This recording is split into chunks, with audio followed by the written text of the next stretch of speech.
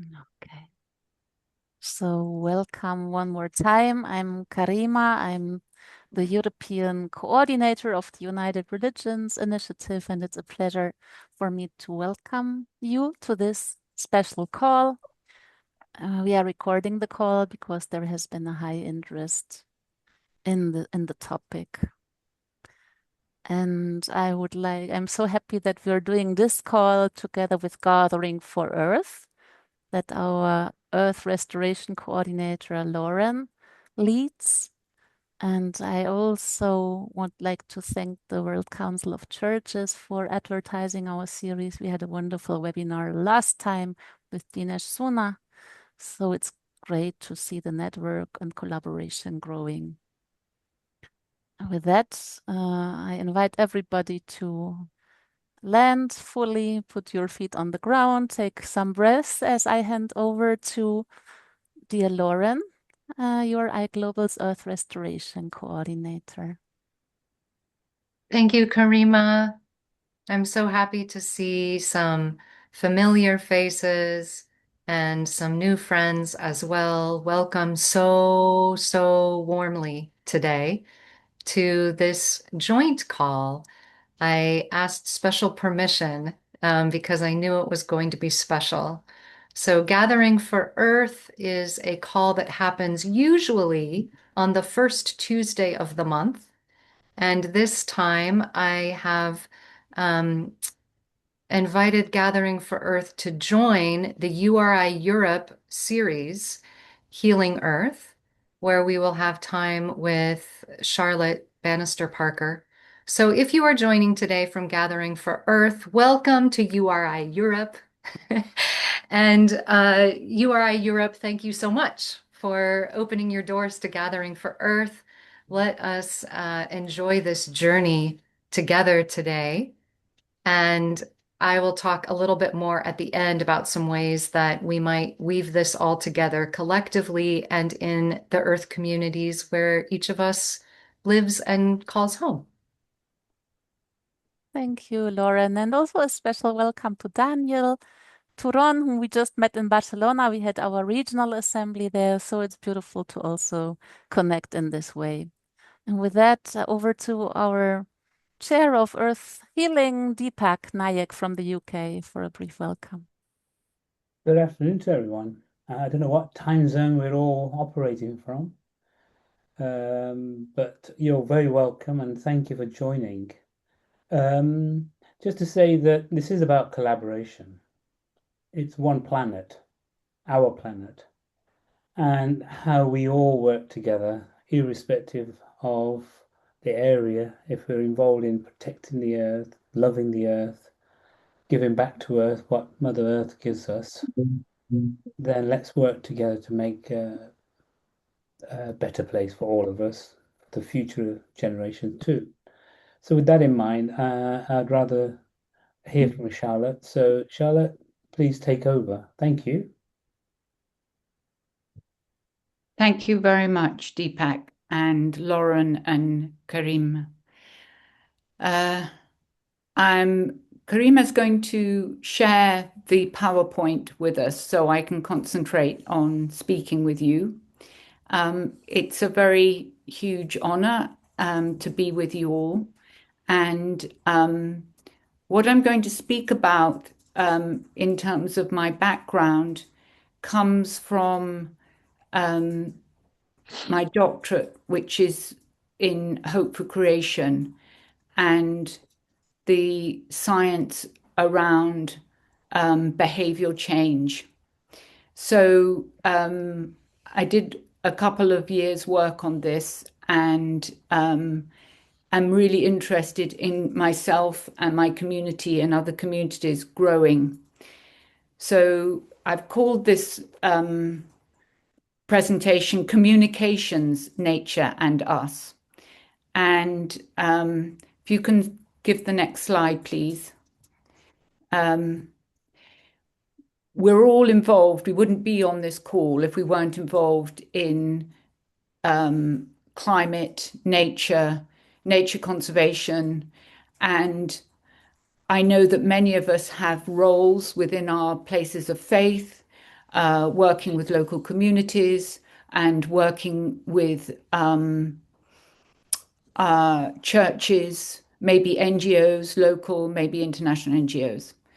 So when we give a talk or when we are producing material on our work or sharing what we feel passionately about, there are two questions that I always have in mind and with my colleagues I work with. So, who is the audience? So, what message am I trying to convey to the audience? In this case, the message we're talking about today is the concepts of behavioral change or behavioral design, which lead to eco actions. Because my work is about how we actually act on what we know. And then the second side of that, is Charlotte, I would like to ask Lauren or Dima to admit people because I share my screen. So I'll okay. make you co-hosts.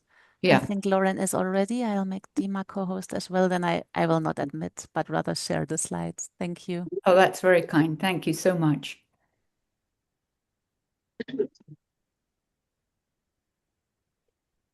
Okay, great. Thank you. So the second thing is what is being conveyed? So the message and what we're conveying. What sort of follow-up to the message you're delivering will be given? What sort of support on a educational journey will you give? And what impact will you know that your delivery of the message has actually had? Because often messages can go out into the ether and you have absolutely no idea whether a point is being got across. So in the groups that I work with, it's very varied knowledge on climate. And the next slide is one that many of you here will be very familiar with. It's one of the methods of showing global temperature and global warming. The other one, which many people know, is called the climate stripes.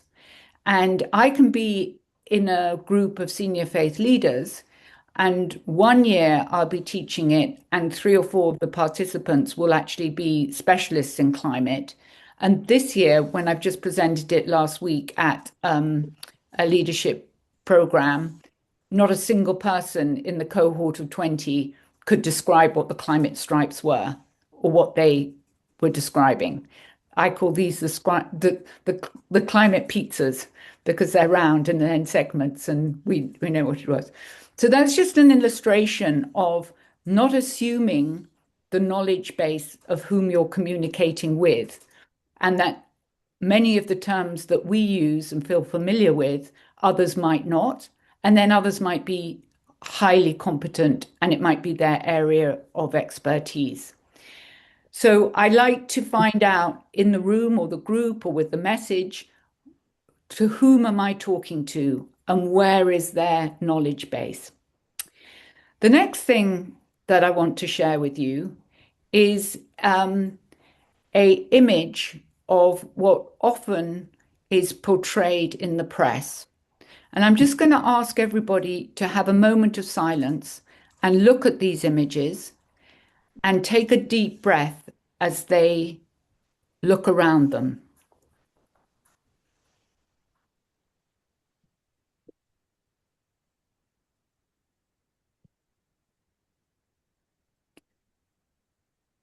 Now, if you have a pen or paper beside you, or even just in your mind, can you come up in your mind with a word that these images make you feel?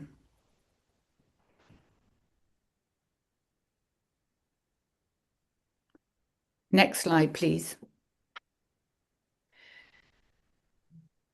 Because in controlled situations with neuroscientists, many images that are used in communication about climate change engender And I don't know whether anybody, when we come to questions and answers, you can say whether you felt sad or powerless or guilty or frustrated or hopeless or disappointed or hurt or angry or ashamed. And these are so many of the emotions that have been expressed across the board, across the world around climate. You know, even Al Gore's Inconvenient Truth, that was seen by so many of us, hasn't led to what we would say is, in fact, enough climate action and behavioral change to reduce the amount of carbon in our atmosphere and to turn the colors of our global pizzas back to blue. So I want to introduce you to one of Hope for Creations, which is the NGO that I run, which is Climate Inspired Action with faith communities, work of our advisor, who's a neuroscientist. Can I have the next slide, please? Called Christopher, and he is of the Climate Action Unit at University College London. His research on neuroscience and behavioral change is fascinating. And I suggest that anybody who would like to dives a bit deeper into it. But just really the essence of the conundrum that he's been dealing with is that there used to be 20, 30 years ago, you know, Rachel Carson's work and all the scientists and environmentalists who were talking about our impending crisis weren't necessarily generating the action to make the change that we need to have.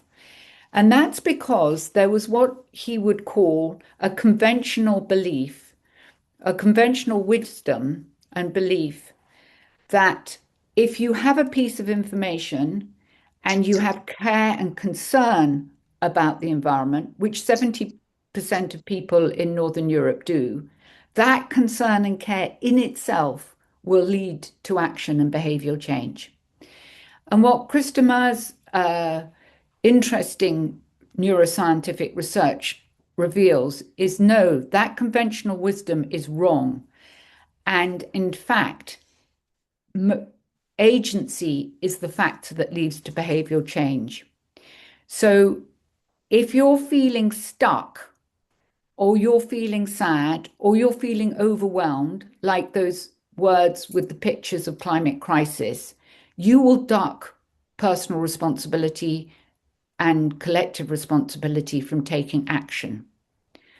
What does in his world, next slide please, and his research show is that we need to flip conventional wisdom round and say it's not just knowledge of the fact that we might be going over a tipping point or going above 1.5 degrees. It's actions that drive belief, care, and concern. So Dr. Christopher's research shows that eco-action starts to inspire further eco-action.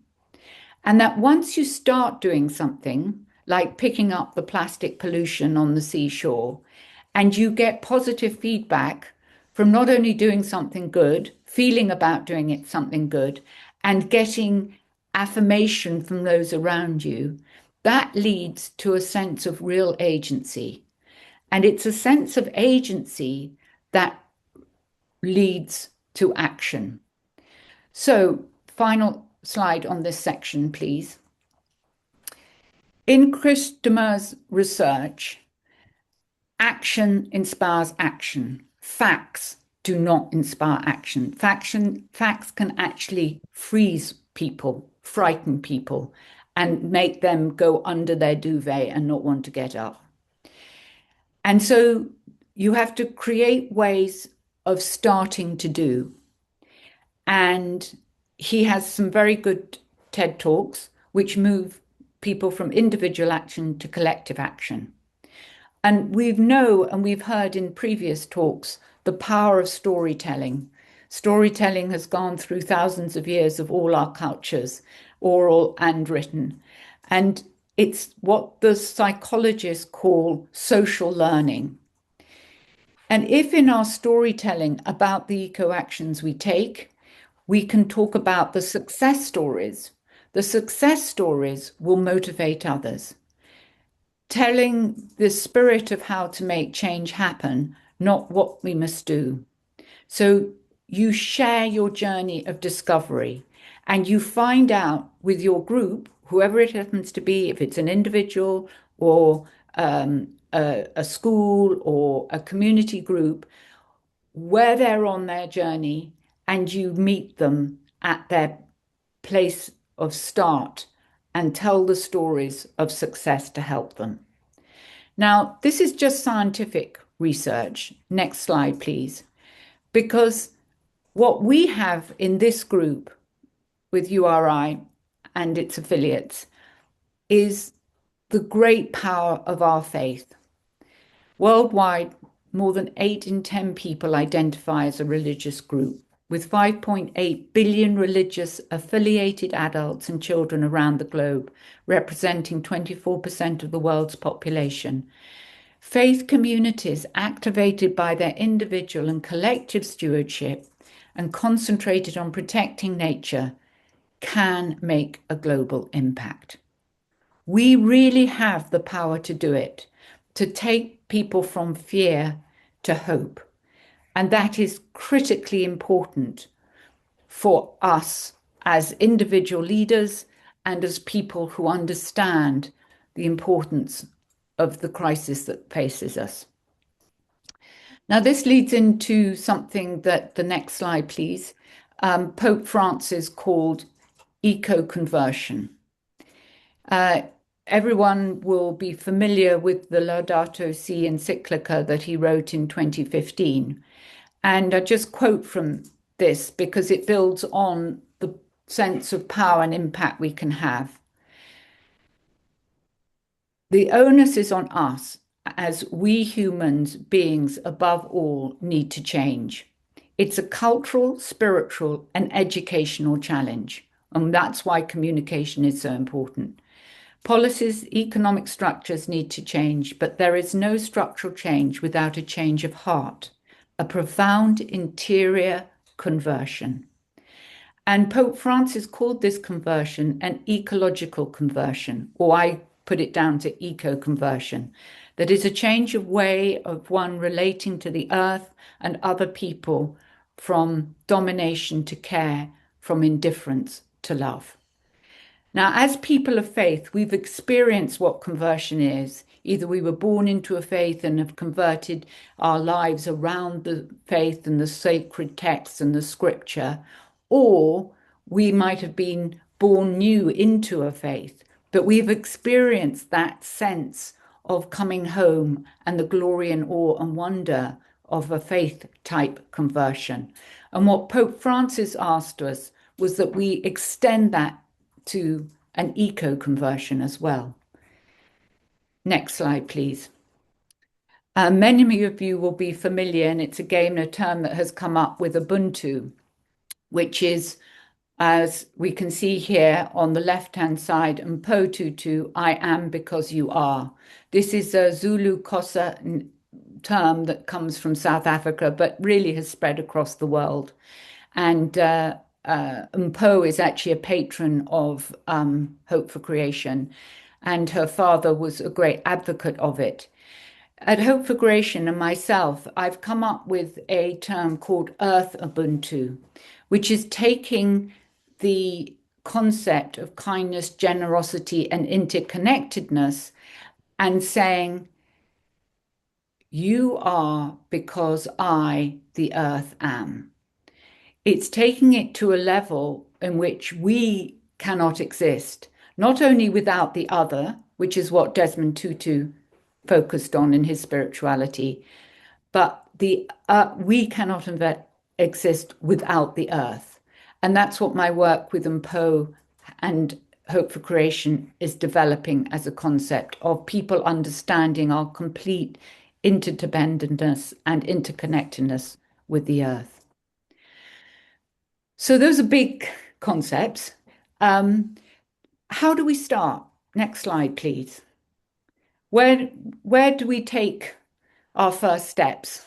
So we have these overwhelming concepts, and then we've got our individual lives and our connectedness with our faith communities and our work.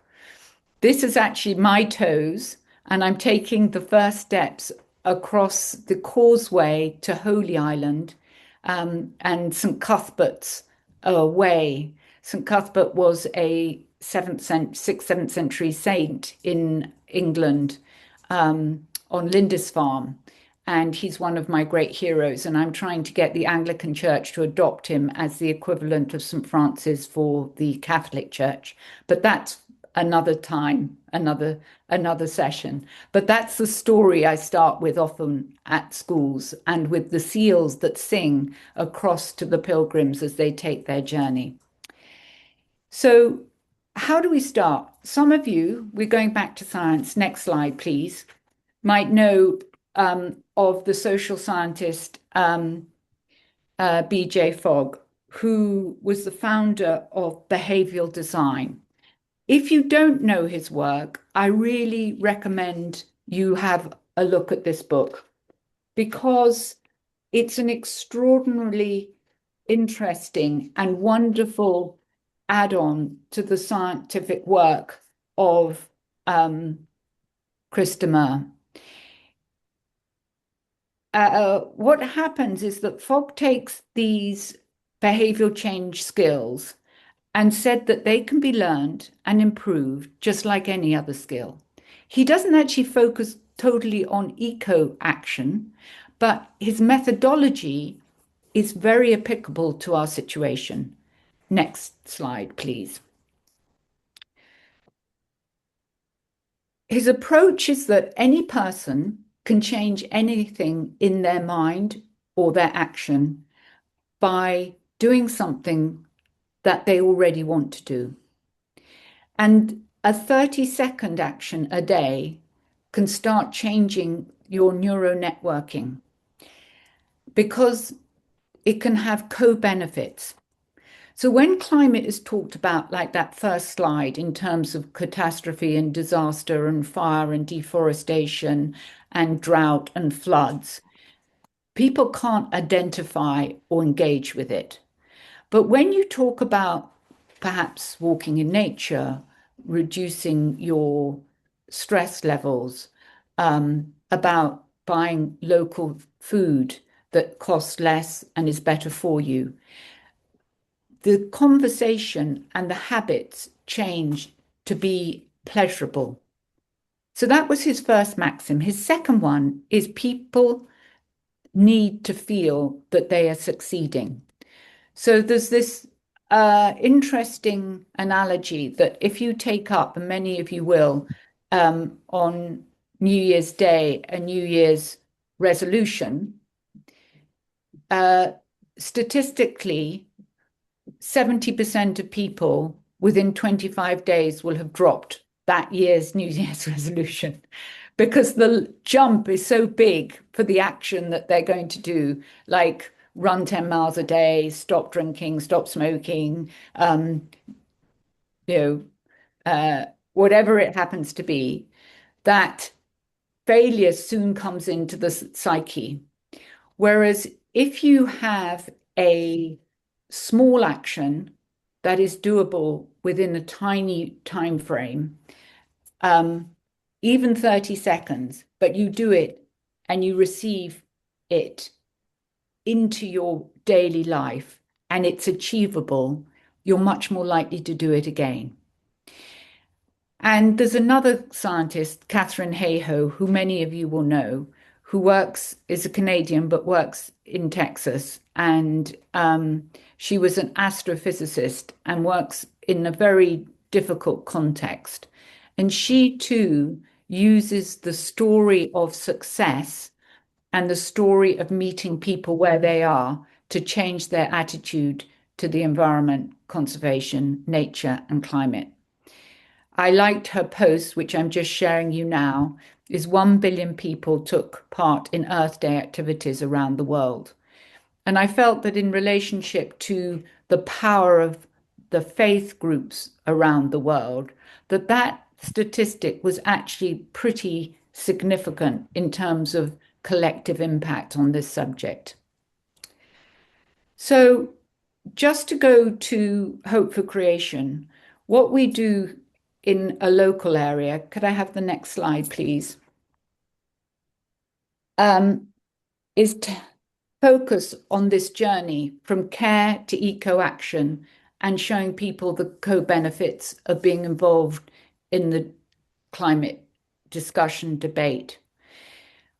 We have a behavior change model ourselves, which is lamentation, the ability to let go of things that you might have done in the past, unbeknownstly, flying too much, driving too much, using too much plastic, whatever it happens to be.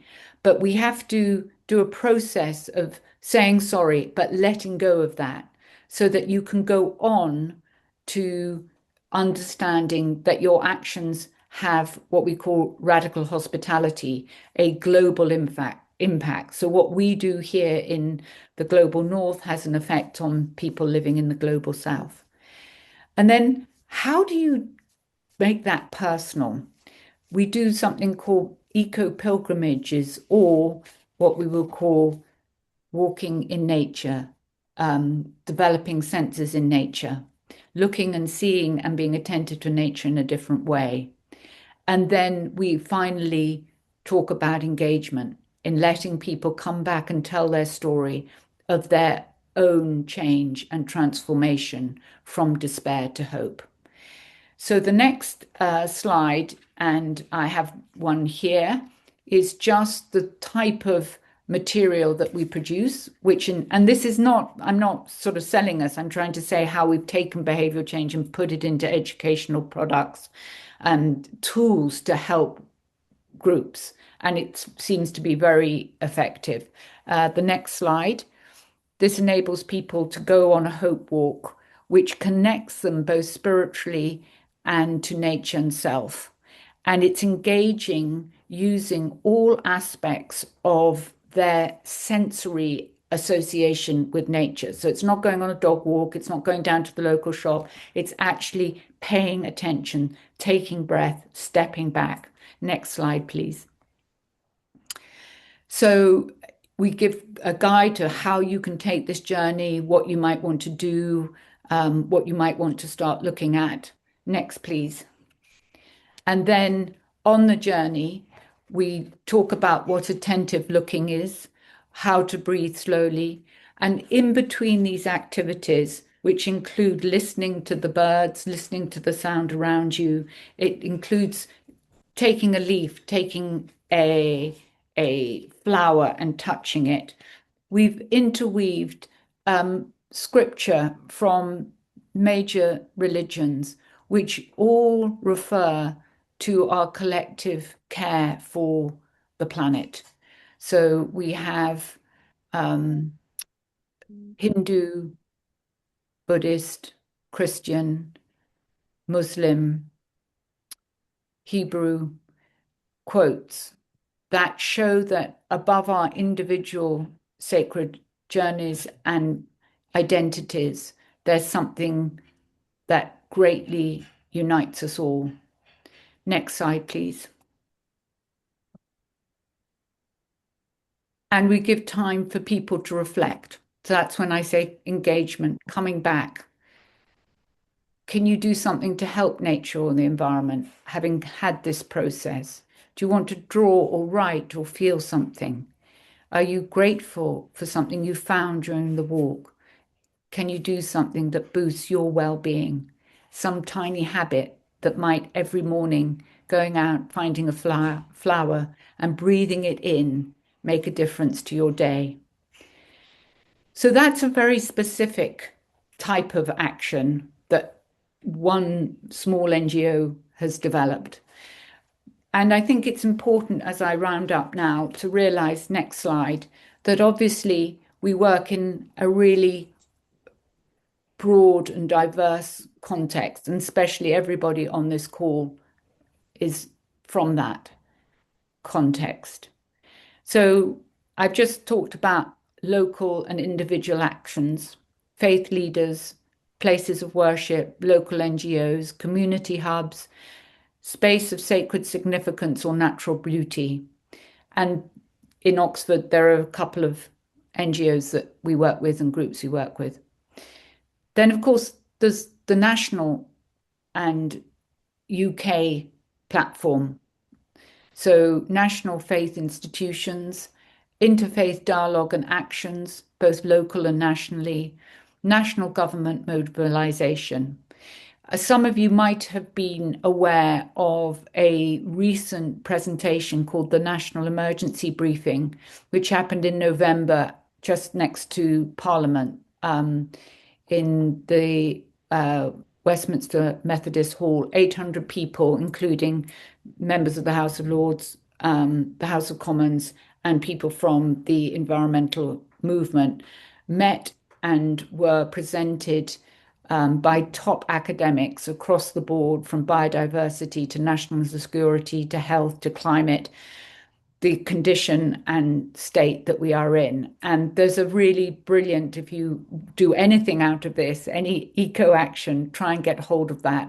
And I will send up follow-up so you can, because it's a very interesting communications tool. And the film that they've made out of it is called The People's Emergency Briefing. And that's now being shown in 300,000 to 400,000 cinemas around England.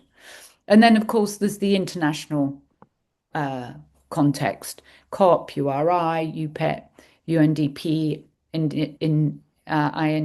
international NGOs. And we, particularly at Hope for Creation, we work with ActionAid Nepal, Oxfam International, Climate Action Network, and a marine conservation organization in Kenya.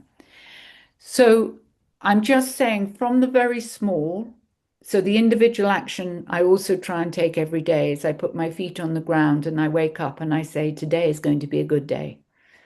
It's going to be a blessed day. And in taking that one action, the rest of my day is reorientated. And then I make sure I do a hope walk, because that also for me, orientates the day to the right place. And because of that inner power and conviction, every other action I take and person I meet and way I speak gives a action beget action motivation. And I'll just end with one example. Greta Thunberg, who we all know, started her campaign of not going to school on Fridays. But she actually got that idea from America, from young people who were stopping going to school because, very sadly, of the situation of gun violence in schools. But she took an action that she saw from one part of the world and brought it to another part of the world. She orientated it around what she felt passionate about, climate. And then she started, as a young woman, a young girl, 15, 16, a global movement of young people taking action on climate. So thank you very much. Last slide. And I'm going to hand over to Dimitar to host our questions and answers. Thank you. Thank you very much, Charlotte, for this amazing presentation. I really appreciate it. And I'm sure that all of our people here in the call have also appreciated it.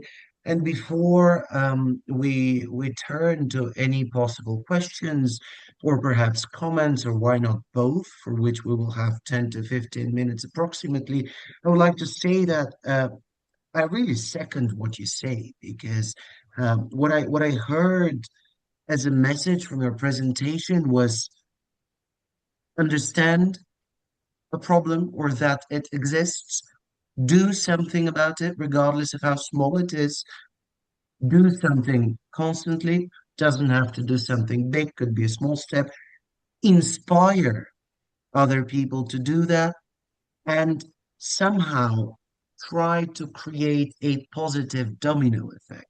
But of course, this is my understanding of your fascinating presentation, which combines research-based ideas with grassroots action and many, many examples of your amazing work.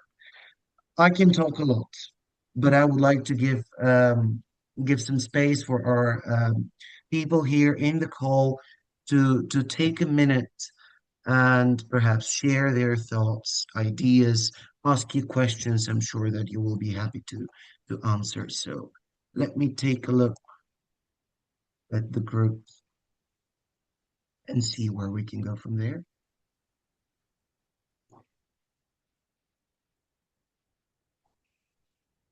I see some comments in the group chat. If you don't feel comfortable asking your questions, you can also write them down in the group chat. We will try to address them. If not, I do have an idea, and I've been thinking about this actually, Charlotte. And of course, at any given moment, if someone would like to jump in, please raise your hand, and I will step down. Um, well, David,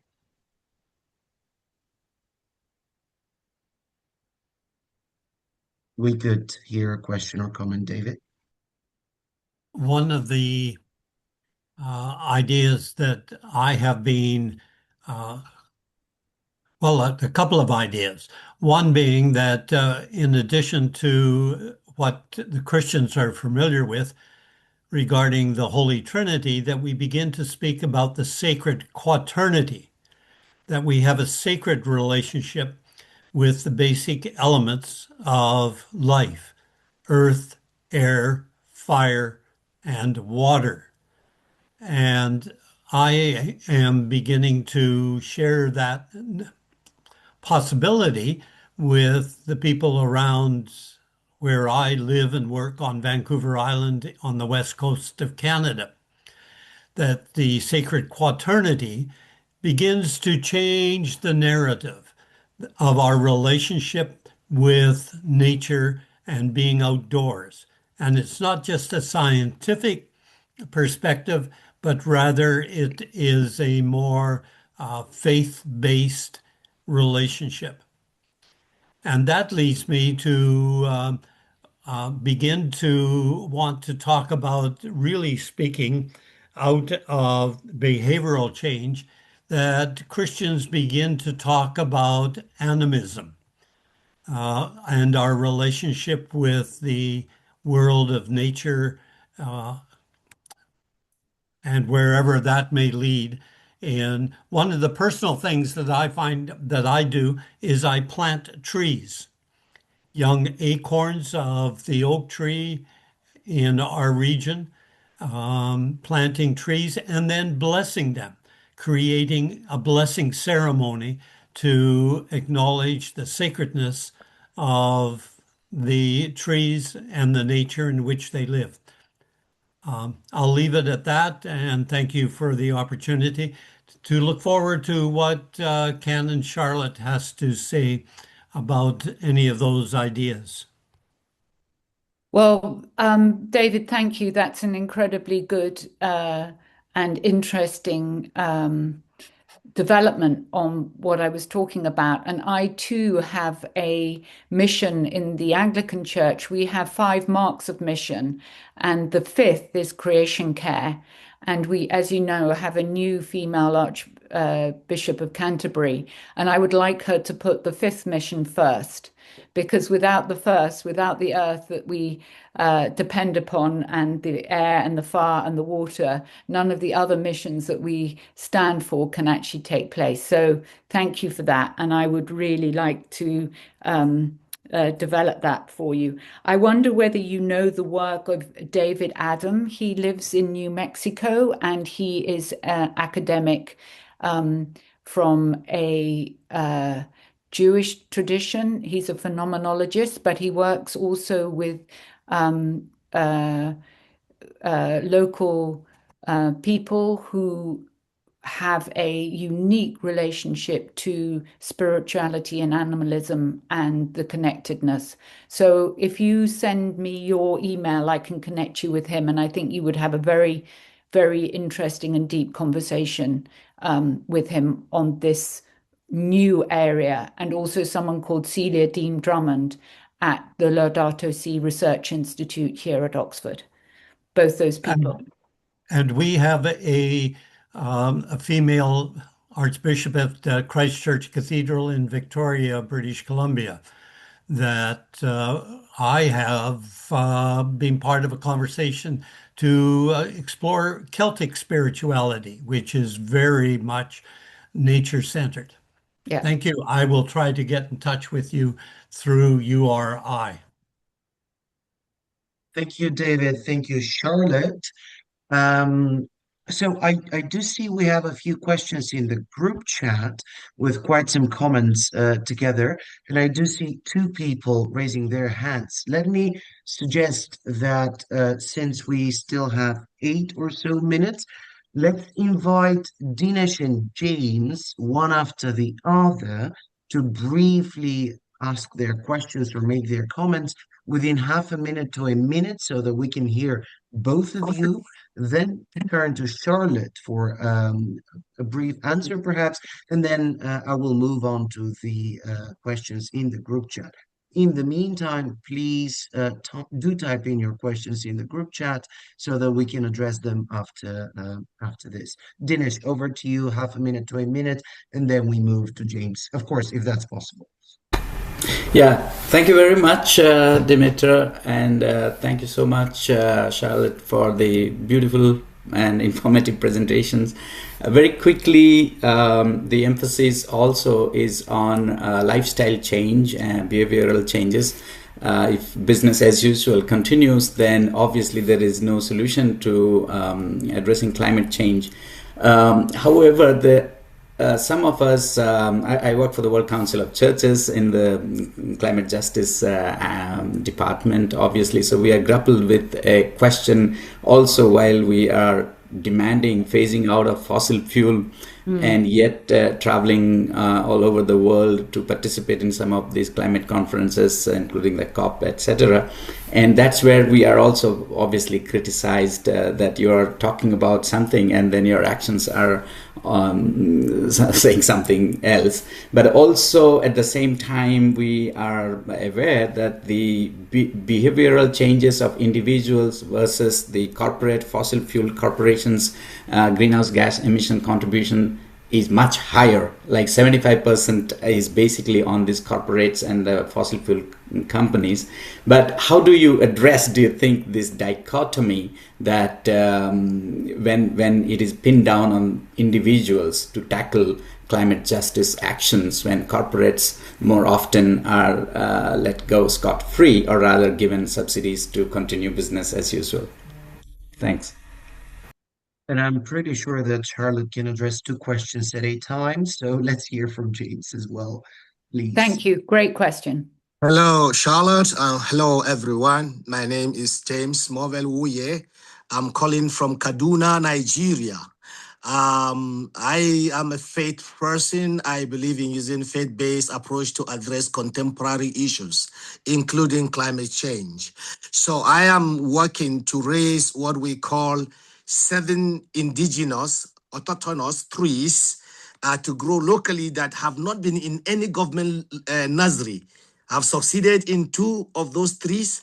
I'm wondering if there are individuals or if there are techniques of starting up trees like shea butters, how we can raise nursery. I'm happy to know about that. And I also use what I call divine intimidation strategy to get people to begin to plant trees by blessing the trees and using it as a covenant for each phase of my work. Can Charlotte or others tell me, partners, people that I can go learn how to do this? I've succeeded in 2 of the trees. I have 5 different trees that I want to raise. I want to know in the sub-Saharan region of the world in Africa. Thank you. Wonderful. Thank you, James, for that. Okay, so those are 2 big questions. And Denish's question was multifaceted. I think your point is extremely pertinent to this because it's very easy for people to turn around and say, what does it matter if I make one flight? The plane's going anyway. It's not going to make any difference to the global fossil fuel usage. And it is corporations and also the global north and the 10% of the global north that make 50% of the emissions. But there's a question I'd like to ask about authenticity. And if you think about people who really change the world, this, if you imagine Gandhi in his loincloth, whatever you think about, you know, other issues of his life, what he did was to step outside and make people think very visually and physically and individually about the cottage industry of India and its relationship with imperialism and England.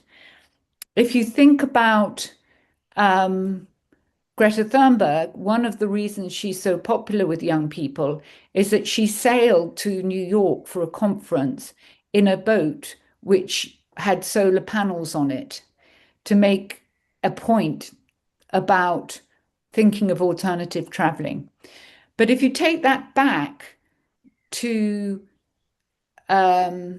individuals making a difference, what you might say to yourself next year, for my work with the World Council of Churches, I have to travel.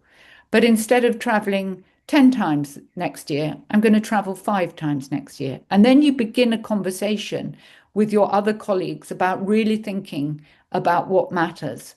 And when you make that individual action change and you benefit from it because you're not totally stressed and you're able to spend longer with your family and you're able to look after yourself better, but also stand up and talk about at climate conferences, that will make a difference. So it's not a kind of all or nothing, but it's an authenticity in carrying what you believe in your work environment. I don't know whether that resonates, and I'd love to talk to you more about it.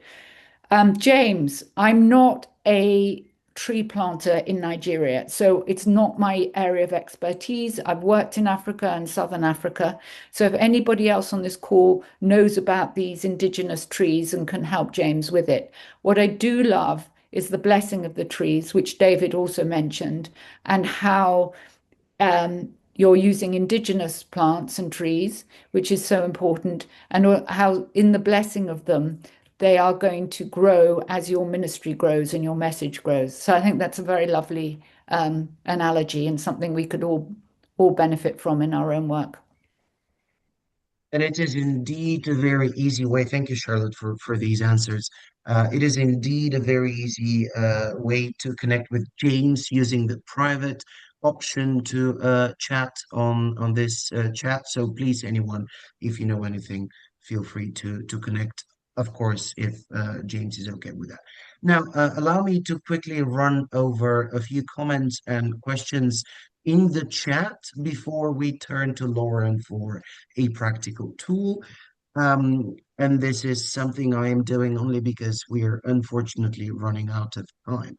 Now, there is a comment and question from Saeed Masood Nouri from New York, who comments briefly on the idea of the damage on the environment, which is done by wars and armed conflict. And his question, or questions rather, are: do you agree that religious leaders and anti-war activists should give greater attention to this issue?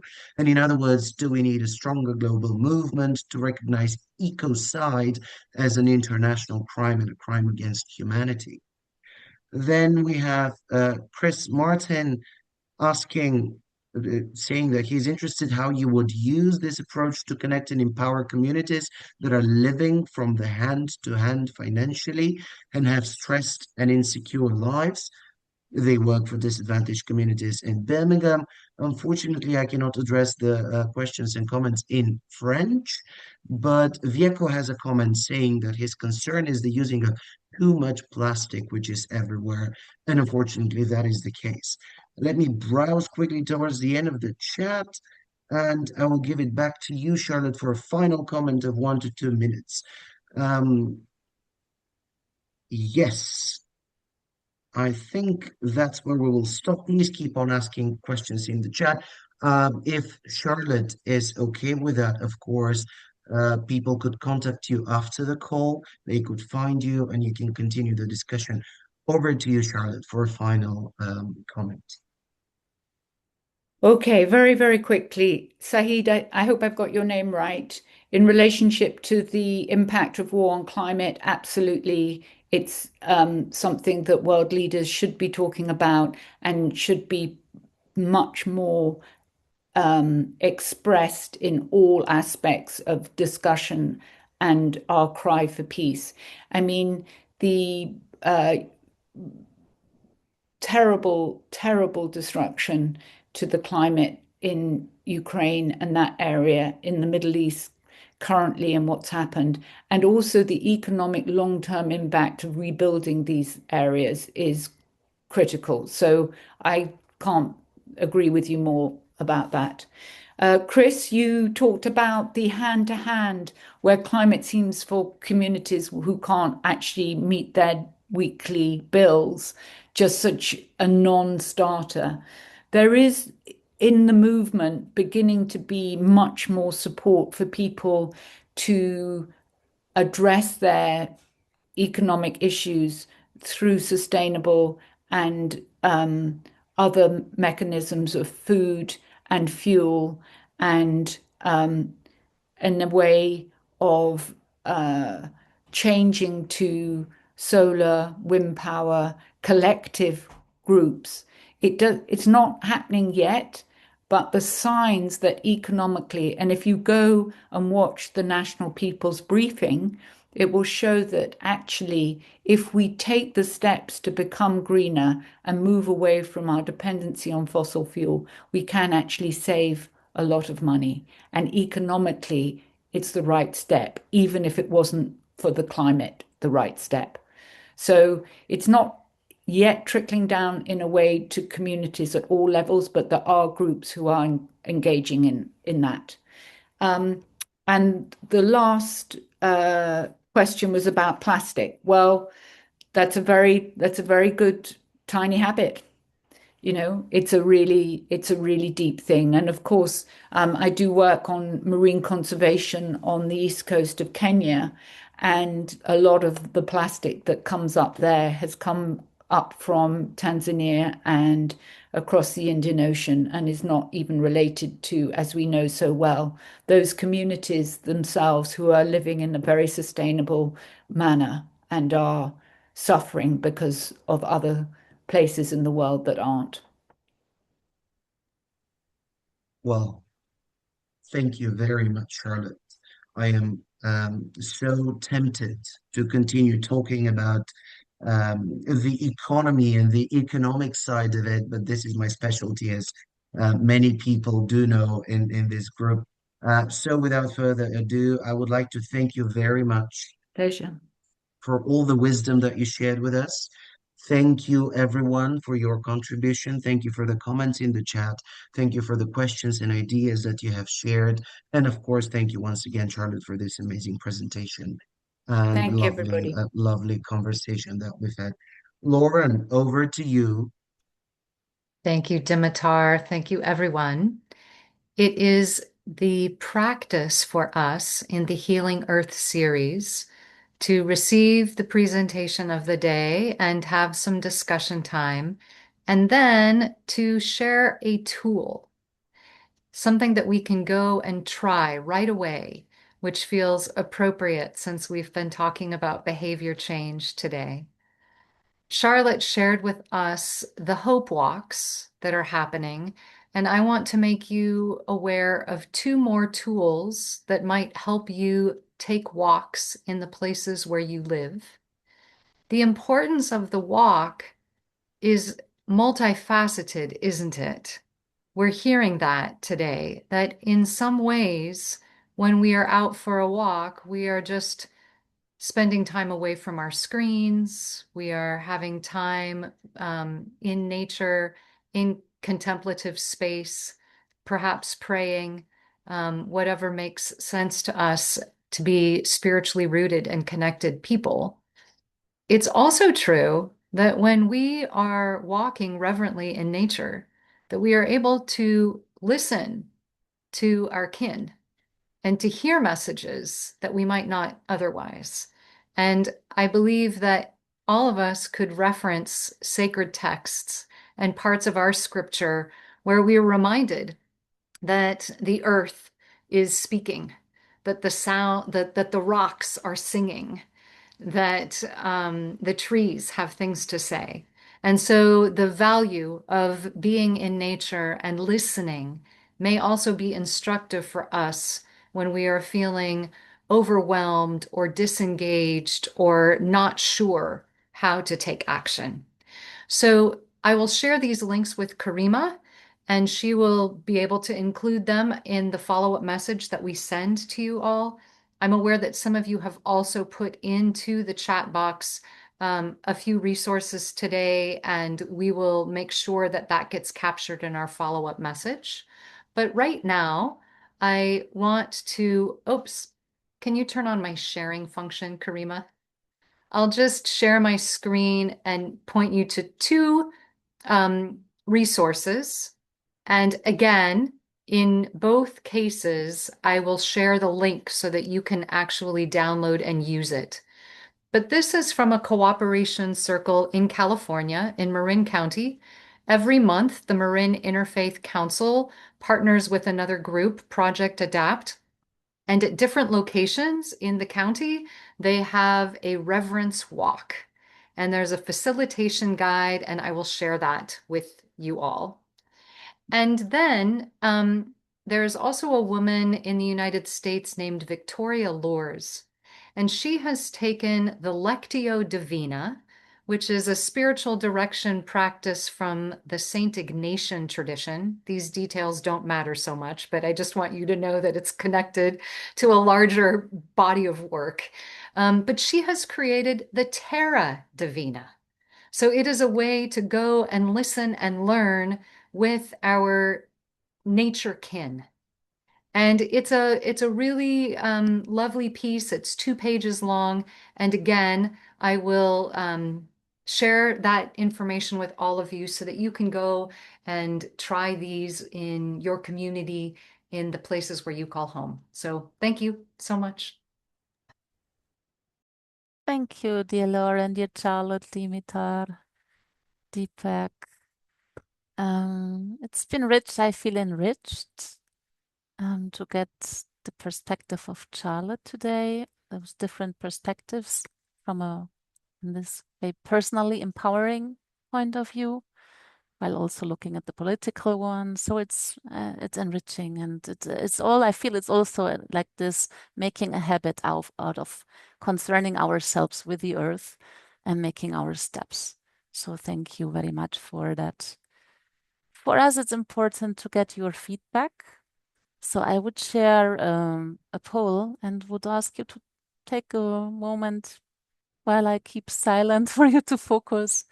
And please, if you could complete the poll on this webinar, how you found it, did you find it useful? And there is also an open bit where you could just give any free open feedback. It's 5 questions where you tick boxes, and then it's 1 question optional if you want to say anything else. And then you need to say, yeah, I think you need to say send. I don't see it because I'm the organizer. So I just give you a moment, and yeah, keep silence while I ask you to please complete those few boxes and questions and consider any feedback now quickly on the spot.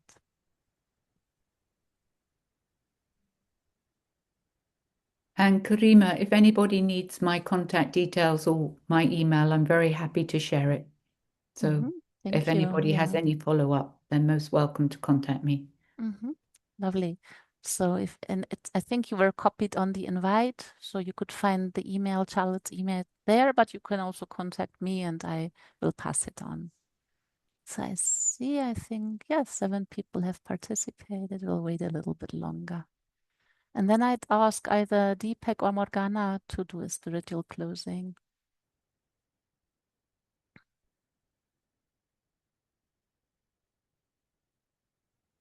And still answers coming in.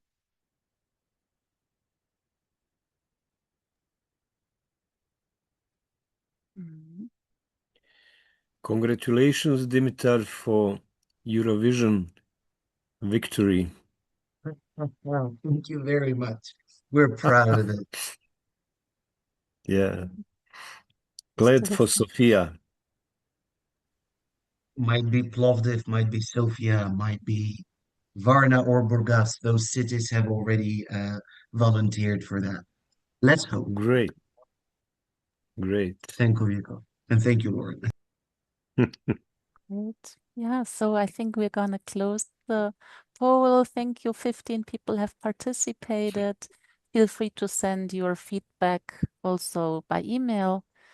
And so thank you for that too.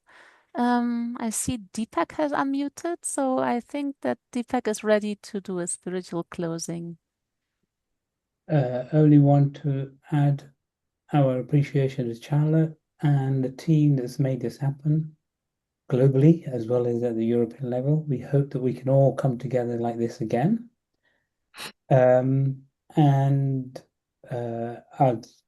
Just to say that I did my hand up earlier and just wanted to share with you from a Hindu perspective and a Hindu practicing person.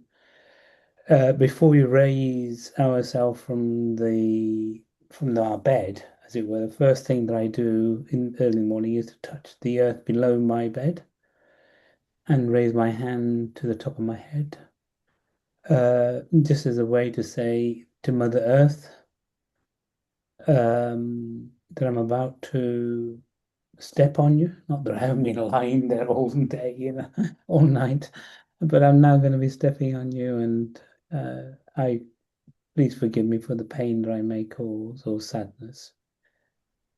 So it's that kind of beginning, and I think that was beautiful, Charlotte. It's a simple act, but very meaningful, very personal. So I would certainly suggest that that is a good way to go forward. Anyway, we could go deeper. Let me just end by Oh.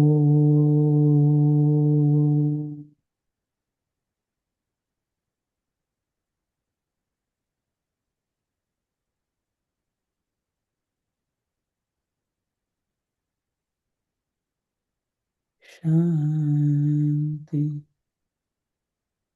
Shanti, Shanti.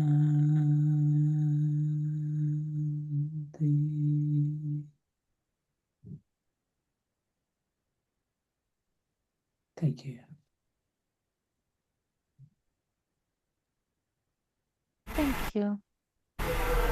Karima, I was anticipating that you, and I've actually put my closing blessing actually in the chat because I thought this was going to come up. So I was frantically just getting it, also using it as an example of what we do in our daily practice is we meditate, contemplate. I also have a chat with the moon. In the daily practice, of course, you can be also inspired to write poems, music, and I recommend everybody to really do this daily practice. So I'd just like to end again with the blessing. I'll keep it short, this one.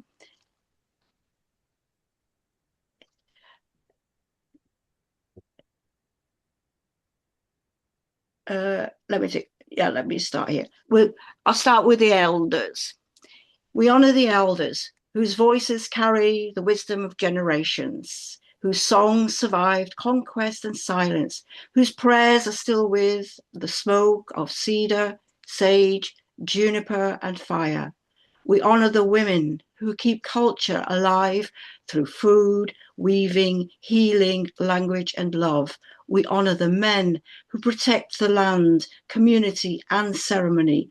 We honor the children who carry the future in their eyes.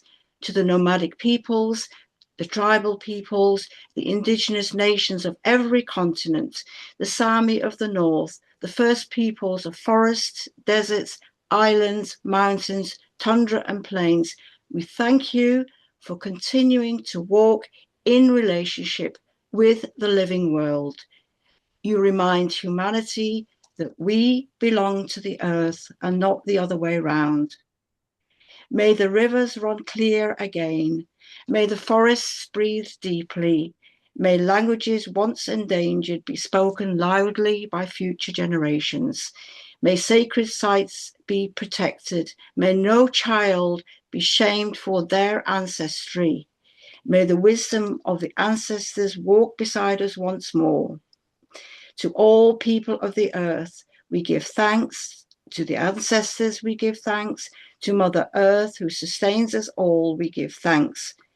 May we walk gently. May we speak truthfully. May we protect that which is sacred. May we leave blessings wherever we tread. Aho, amen. Blessed be. Amen. Thank Amen. you. Thank you.